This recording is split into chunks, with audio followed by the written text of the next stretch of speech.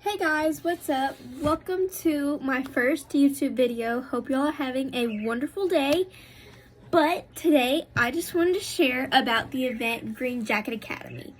So, for those of you who don't know what Green Jacket Academy is, Green Jacket Academy is a event that is a leadership event.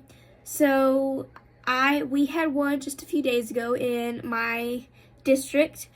And it is a very big leadership event. I really don't know if other districts do it, but I know mine does. But what it is about is it gets you ready to do, let's say, district council or county council or national council or state council or anything along those lines. This can help you get to that point. So, what we did at this event the other day was we went there early in the morning. We had 3 classes.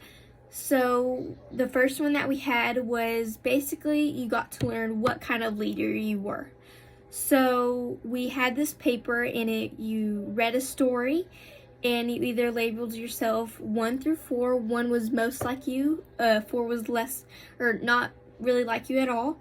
And you had about 4 questions, and you were able to label which one you would most likely do or you would most likely say or anything like that. And then you would go through the story, and then after you answered everything, you would add up all your answers in each column, and then you would then go through and you would see which one was like your least score. So let's say number 1 might have been my least score out of like the other 4, or out of the other 4 columns. Then we would go to the first little story thing, and it would tell you what kind of leader you are.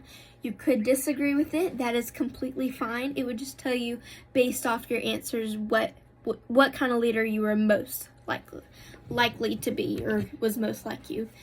That was really interesting because I feel like it helped a lot of people kind of find out what kind of leader they most likely be, what kind of leader they are most likely to be.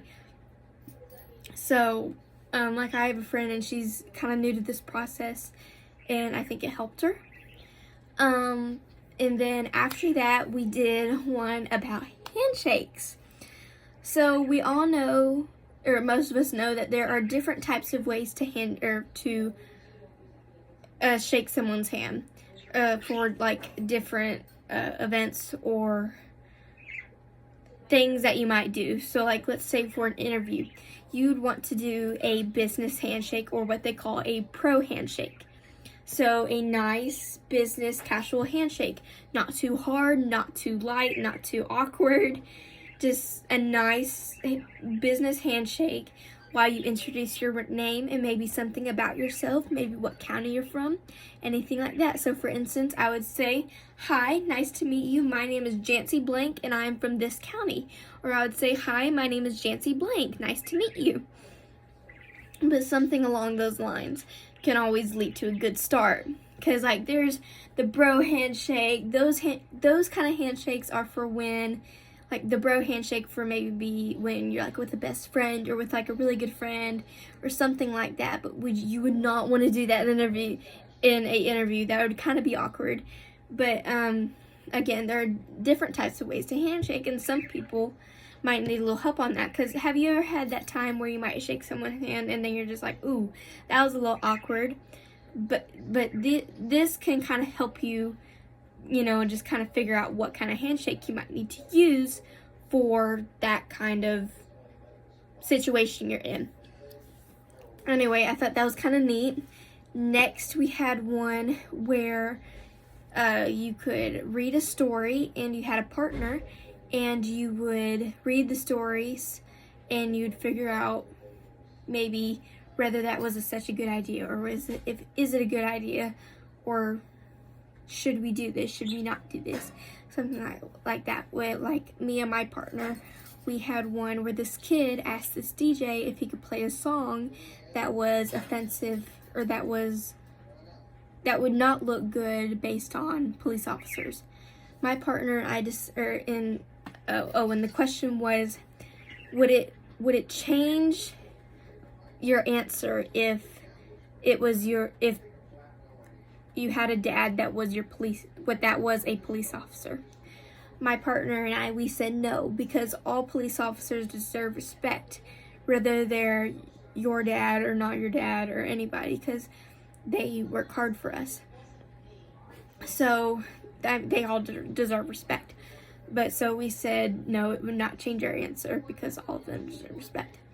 But that was really interesting. And then after all that, we took a little break, played a few games, and then we went to see some ambassadors.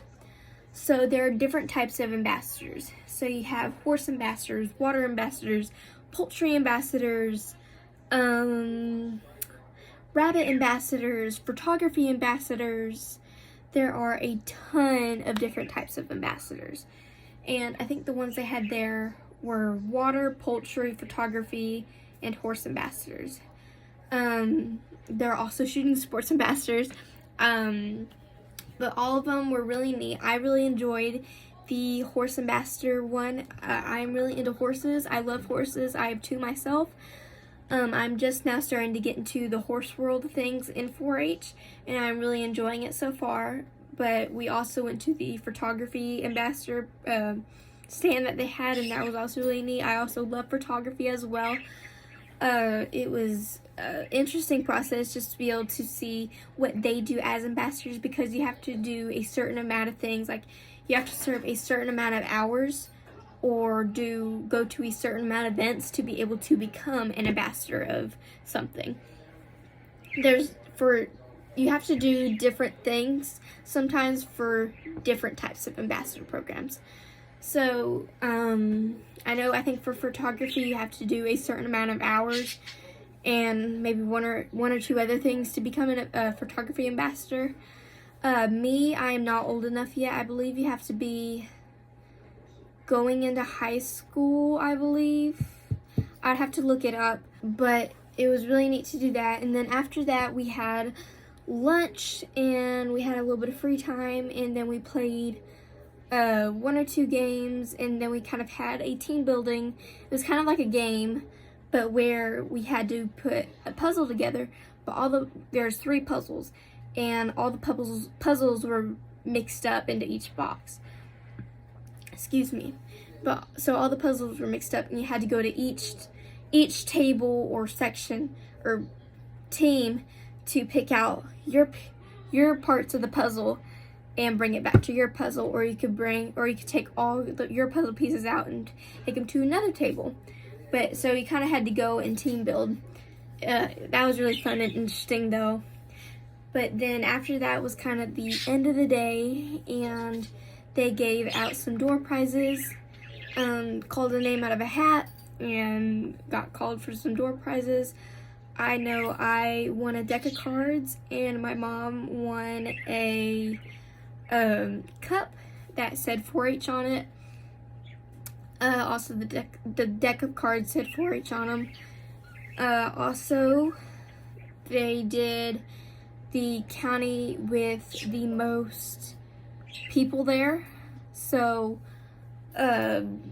whoever had the most people there got to win a 4-H flag, and it was sent to their extension agent. But so that was the end of the day, and it was a great day.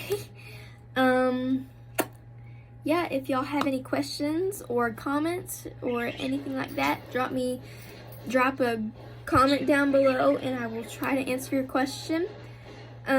Please like and subscribe if you enjoyed this video, and I will have more videos upcoming. Bye!